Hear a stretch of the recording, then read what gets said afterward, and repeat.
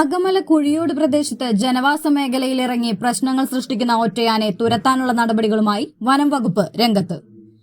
ഒറ്റയാൻ തീവണ്ടിപ്പാളത്തിൽ പോലും എത്തിയ സാഹചര്യത്തിലാണ് നടപടി. വനം വന്യജീവി വകുപ്പിലെ ഉന്നത ഉദ്യോഗസ്ഥർ ഇന്ന് കുഴിയോട് മേഖലയിൽ സന്ദർശനം നടത്തി ഒറ്റയാനെ ട്രാക്ക് ചെയ്യാനാവശ്യമായ പ്രാഥമിക നടപടികൾ ആരംഭിച്ചു. നൈറ്റ് വിഷൻ സംവിധാനമുള്ള ഹെലിക്യാം ഉപയോഗിച്ചാണ് ഒറ്റയാനെ ട്രാക്ക് ചെയ്യുക.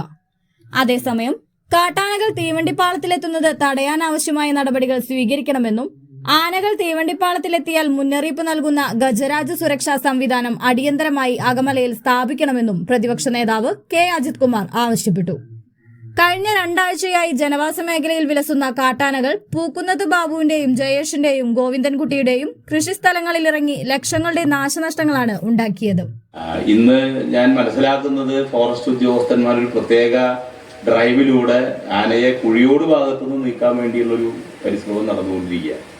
2 or 3 ഫോറസ്റ്റ് സ്റ്റേഷനുകളിൽ നിന്നുള്ള ഉദ്യോഗസ്ഥന്മാരുണ്ട്. ഇതൊക്കെ നമ്മൾ അനുഭവിക്കുന്ന